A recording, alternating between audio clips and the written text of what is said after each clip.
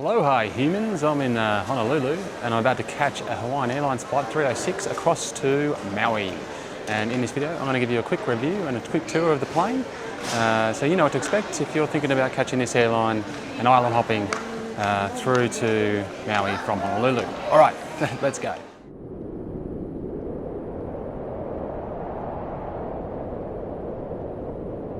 So I actually transferred across from the flight from Sydney to Honolulu straight to here. So you actually ditch your luggage, you come through customs, which is an absolute mission, and then it's a long way to get through. It took me an hour at least to get through customs. Pick up your luggage and then you walk out the gate and then just drop it straight off. Hawaiian Airlines has a transfer baggage check-in at the Terminal 2, I think it is. And then you walk across to Terminal 1 upstairs, and then you don't have to actually do anything here if you've got a connecting flight. If you don't, you just get in the domestic flight. And they do have the little booth check-ins as well as the counters broken up into actual destinations, which is interesting. So Australia and Korea have their own check-in desks, which is interesting. But it wasn't much of a queue for me. I just went up there to talk about my seat because they had me in a window seat. I'm too big often to fit in window seats on domestic flights, so I just changed to an aisle. But so check-in process for me was fine. All right, let's continue on.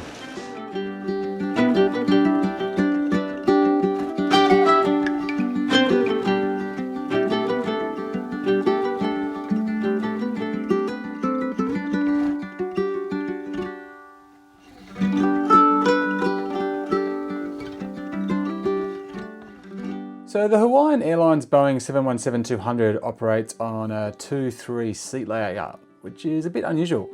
There's a small first class offering when you kind of first get on board. It features big brown seats with more space and cushioning, but there's not massive amounts of more leg room. It's certainly a step up, but it's not kind of first class in that long haul sense.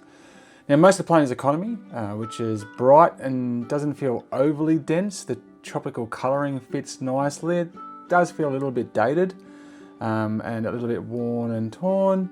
And there isn't a whole lot of depth to the overhead lockers either, but the simple seats do make it easy to kind of slide smaller bags underneath if you do need to make some space. Like I said, the seats are pretty basic, and comparative to what you might expect from a low-cost airline, like there's no adjustable headrests or pillows or blankets or entertainment units or internet or power outlets, those kind of things. They don't recline either, which might disappoint some people as well. But that's not reflective of Hawaiian Airlines kind of being low cost as much as it is about the short distances of these flights. So I flew the same plane from Honolulu to Maui and then back from Maui to Honolulu, and I think it was barely 30 minutes of flight time each way.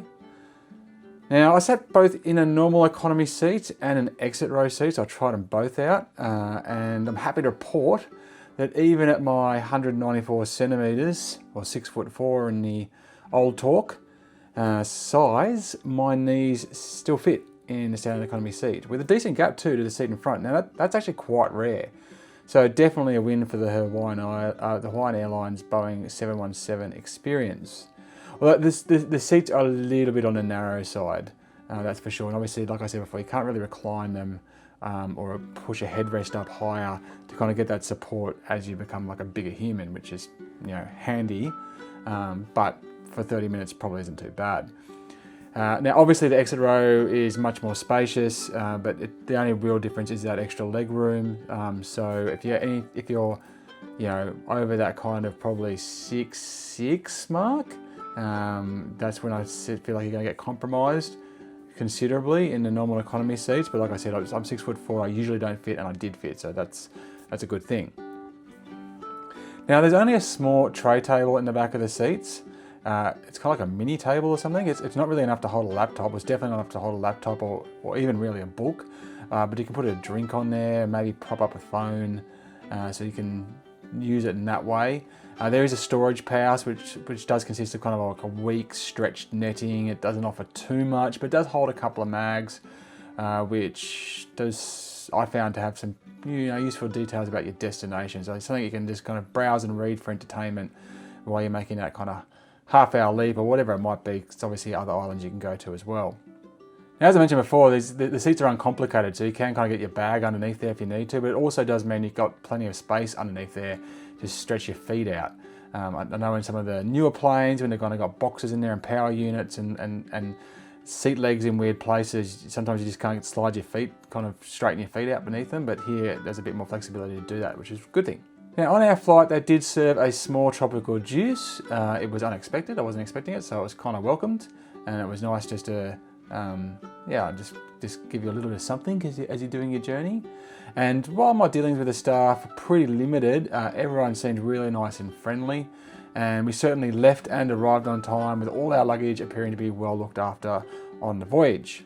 So one of the cool benefits of having like no aisle of seats in the middle of the plane is that pretty much every seat had a decent view out the large windows. And obviously if you're traveling as a couple, you can take those two seats together and just kind of have them to yourselves on one side of the plane. So I thought that was kind of actually a pretty neat layout. And it is quite handy being able to see out the windows, because the view, at least on my trip, was really spectacular. Like the whole way there was something great to see out the window. So it's good that it's kind of got that, less complex seating arrangement. It does give everyone an opportunity to see what's going on outside. But just be warned that I did notice at the back of the plane, it was a lot louder in terms of engine noise. And I think that's because the engines aren't on the wings, they're kind of back on that tail section. So yeah, as you kind of go out towards the back of the plane, you definitely pick up on the noise of the engines a lot more. That's something to think about as you're choosing your seat. Look, overall, the Hawaiian Airlines Boeing 717-200 experience is more functional than anything else. That keeps the interior uncomplicated and uncluttered, but most importantly, it's spacious, even for a big man. And I'm kind of really into cop its simplicity and its a little bit of age and worn downness to have that sense of a bit of space, even if it's just for a short half-an-hour trip. So in that regard, more than happy to recommend for your jumps between Honolulu and Maui or any of the other islands in this idyllic destination. I'm Chris Ted. I hope that was of help to you.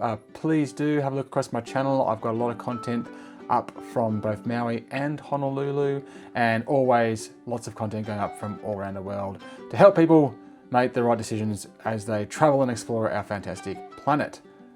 I'm Chris Ted. Till next time, again, back on the road. You.